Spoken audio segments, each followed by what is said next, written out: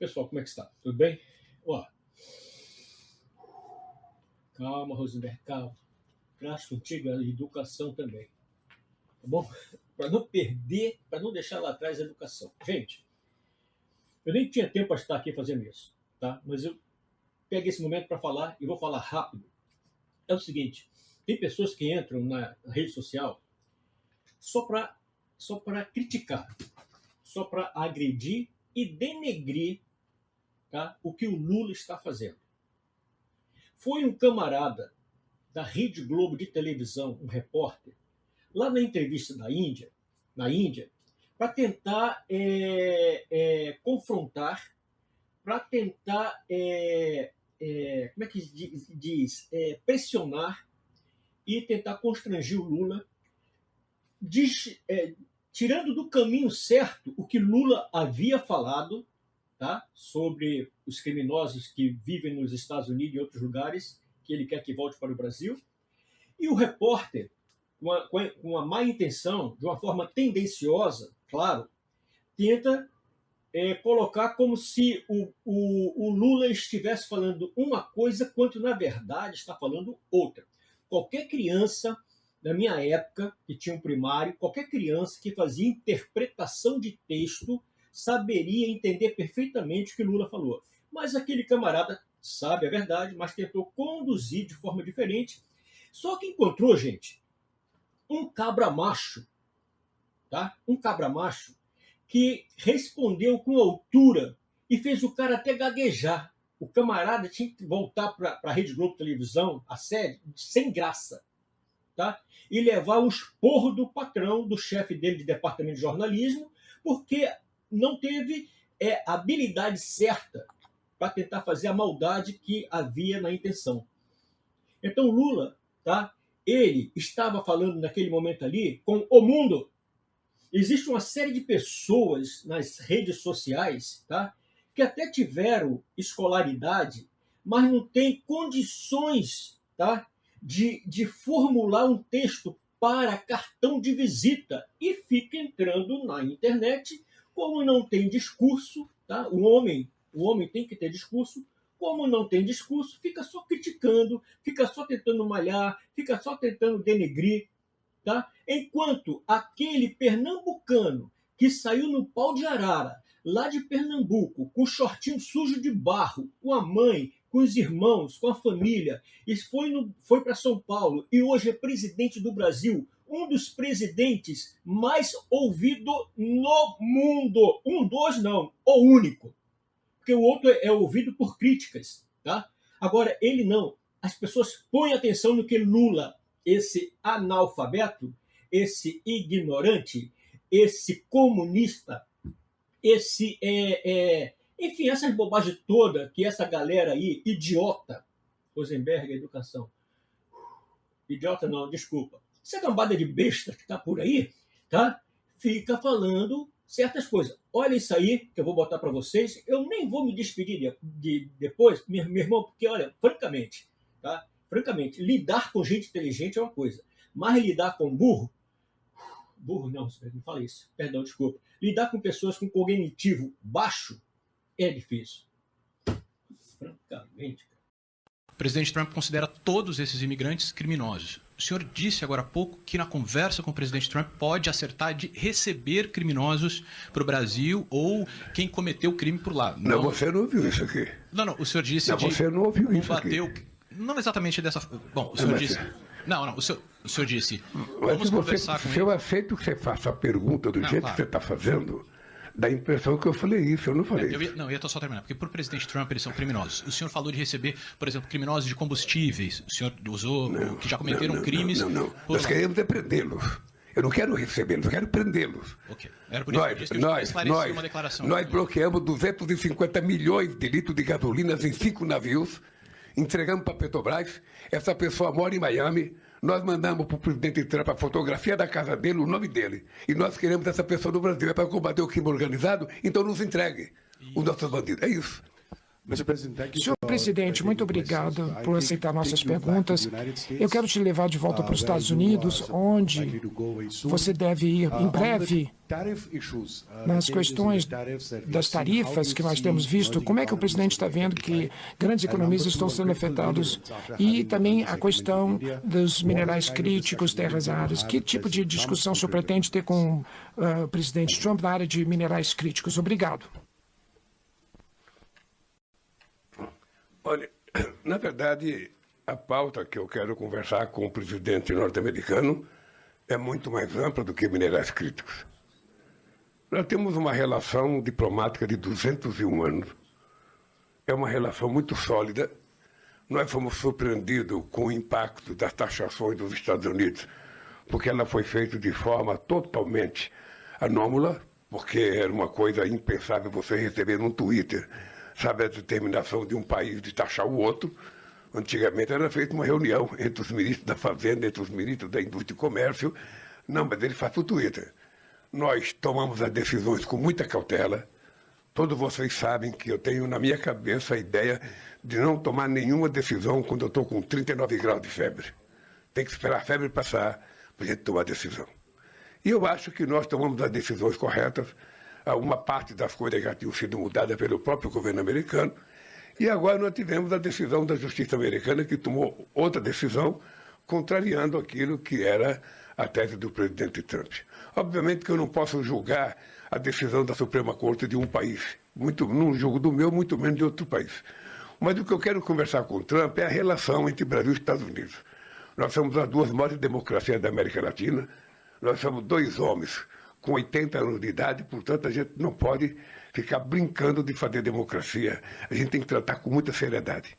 Eu disse por telefone ao presidente Trump, é preciso a gente pegar um na mão do outro, olhar um no olho do outro, para a gente ver o que a gente quer entre Brasil e Estados Unidos. E não tem veto, não tem nada proibido na mesa de negociação. Vamos colocar todos os temas na mesa de negociação. Se é para combater o crime organizado, nós estamos nessa para combater. Se é para fazer parceria com o Brasil, se é para poder explorar minerais críticos, desde que o processo de transformação aconteça no Brasil, vamos conversar.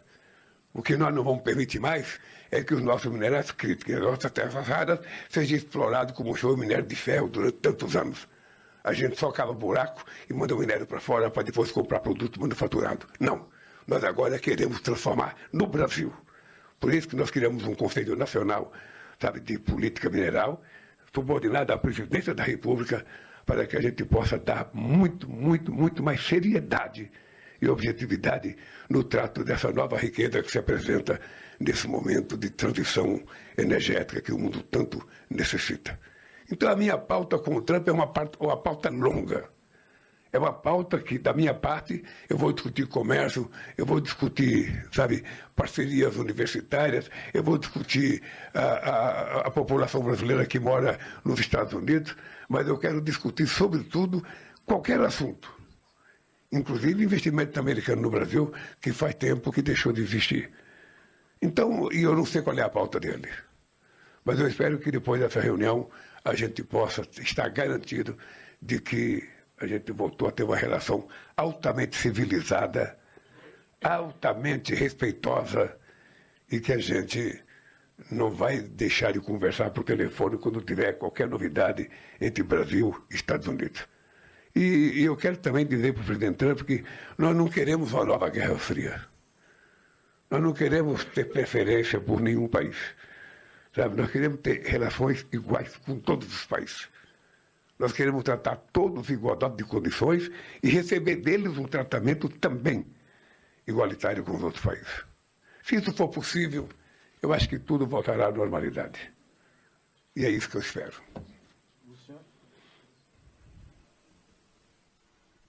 Luciano Pádua, da Exame. Está tão bem assim, tão bonitão assim. Presidente, bom dia. Bom dia. Luciano Pádua, da revista Exame, como vai? Tudo bem? Presidente, eu queria voltar para o assunto da Índia. O senhor teve diversas reuniões ontem e eu queria entender duas específicas. Aqui o senhor teve privada com o primeiro-ministro Modi e com os empresários. Eu queria entender com o senhor um detalhamento maior, por exemplo, com o primeiro-ministro Modi, O que os senhores falaram, por exemplo, sobre o posicionamento geopolítico dos dois países no mundo em fragmentação? Com os empresários, queria entender se a gente tem uma cifra que a gente possa noticiar de quantos investimentos eles anunciaram. São os maiores grupos da Índia, por consequência, do mundo. Queria entender esse detalhamento maior dessas duas reuniões específicas, presidente.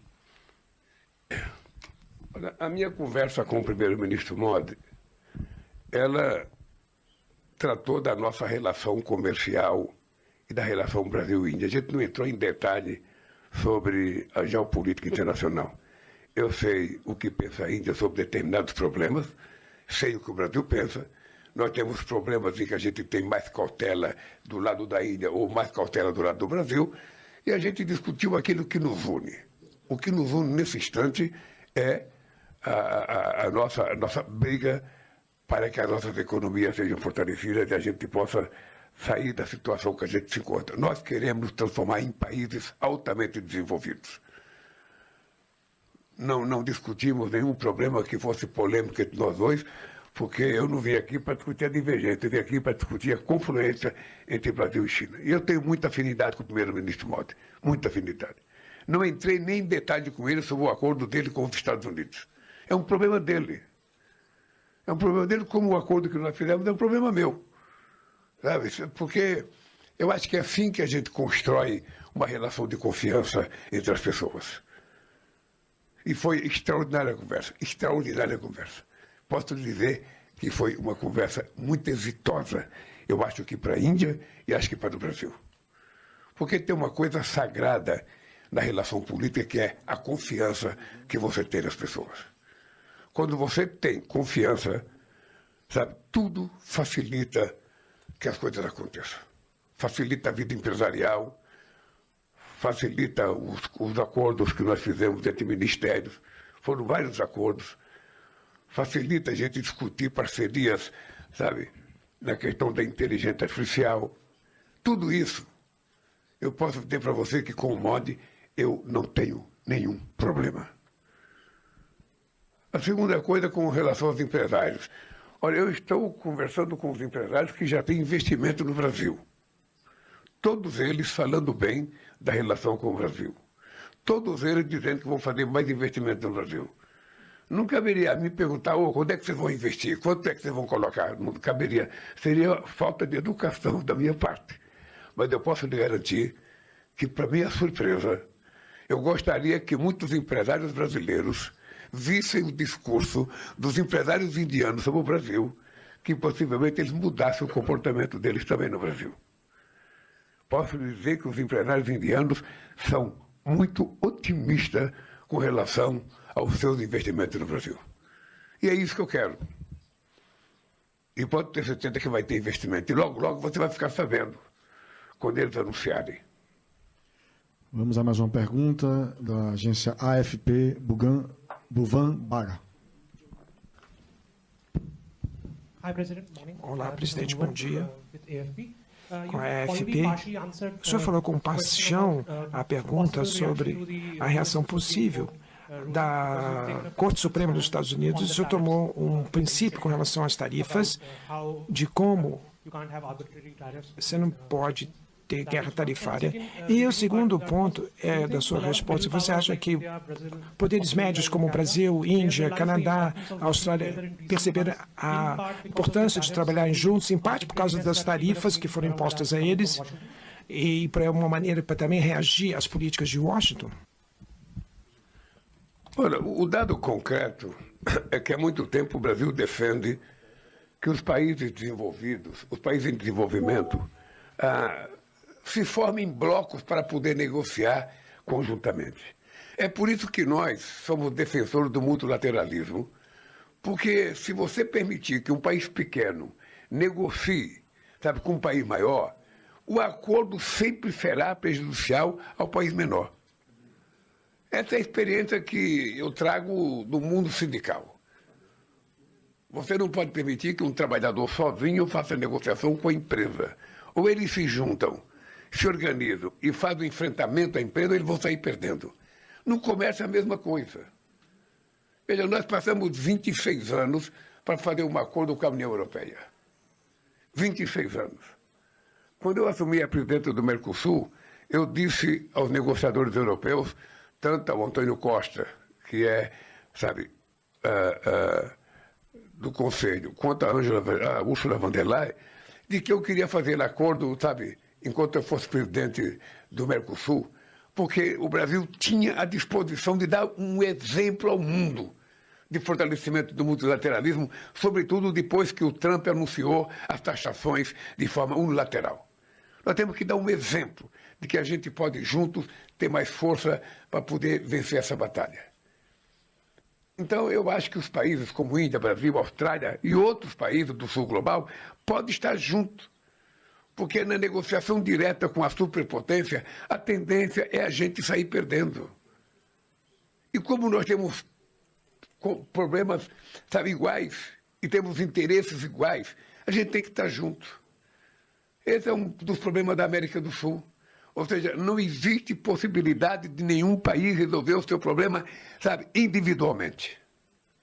Não existe. Sabe, por que você fala isso? Eu falo isso porque nós temos mais de 500 anos de experiência. Nós temos mais de 500 anos. Embora todos os países conquistarem independência dos colonizadores, a verdade é que nós continuamos colonizados do ponto de vista tecnológico, do ponto de vista econômico. Então é preciso construir parceria com gente que tenha similaridade conosco, para que a gente possa somar o nosso potencial e nos tornar forte. É simples assim. Quando eu era dirigente sindical, eu ia para a porta da fábrica e dizia: olha, isso aqui é uma varinha. Uma vara sozinha eu quebro. E quebrava a vara. Aí eu pegava um monte de vara, colocava junto, eu falava: isso aqui é um feixe de vara. Sabe? Isso aqui é todos trabalhando juntos. Eu não consigo quebrar. Isso vale para os países. Isso vale para os países. Sabe? Nós precisamos ter fórum para discutir as coisas. Porque senão as coisas não mudam. Veja, nós estamos reivindicando há muito tempo a mudança no Estatuto da ONU e a mudança no Conselho de Segurança da ONU dos membros permanentes. Mas também a mudança dos países. É preciso ter mais gente no Conselho de Segurança. Não tem nenhum do continente africano, não tem nenhum da América Latina, só tem a China da Ásia. Ou seja, por que a Índia não está no Conselho de Segurança da ONU? Um país com 1 bilhão e 400 milhões de seres humanos. Por que o Brasil não está? Por que a Alemanha não está? Por que o México não está? Por que a Nigéria não está? Por que o Egito não está? Ou seja, você tem muitos países com mais de 100 milhões de habitantes e poderia ter para quê? Para mudar. Para mudar, para a ONU voltar a ter eficácia, a ter representatividade. Porque do jeito que está a ONU, ela tem hoje pouquíssima eficácia. Ela não resolve nenhum problema. Ou seja, ela é capaz de fazer um belo diagnóstico, mas não ter um remédio. Então, se você só sabe fazer diagnóstico e não ter um remédio, você vai perdendo credibilidade. Então é preciso fortalecer a ONU se a gente quer que prevaleça, sabe, uma instituição, sabe, de importância vital para a manutenção da paz e da harmonia no mundo. Por isso que nós queremos fortalecer. E isso precisa estar junto. Da mesma forma é a questão econômica. Esses dias eu liguei para quase todos os presidentes propondo que a gente tem que dar uma resposta ao que aconteceu na Venezuela, ao que aconteceu em Gaza, ao que aconteceu na Ucrânia. Você não pode permitir que, de forma unilateral, nenhum país, por maior que seja, ele possa ter interferência na vida dos outros países. Aí você tem que ter a ONU para poder resolver esse problema. E por isso que ela tem que ter representatividade. Então, eu acho que juntos, esses países em desenvolvimento e juntos os países do sul global, pode mudar a lógica econômica do mundo. É só querer. A experiência que não deu certo, nós temos 500 anos. E nós vamos saber se queremos continuar ou queremos mudar alguma coisa. Eu sou daqueles que querem mudar.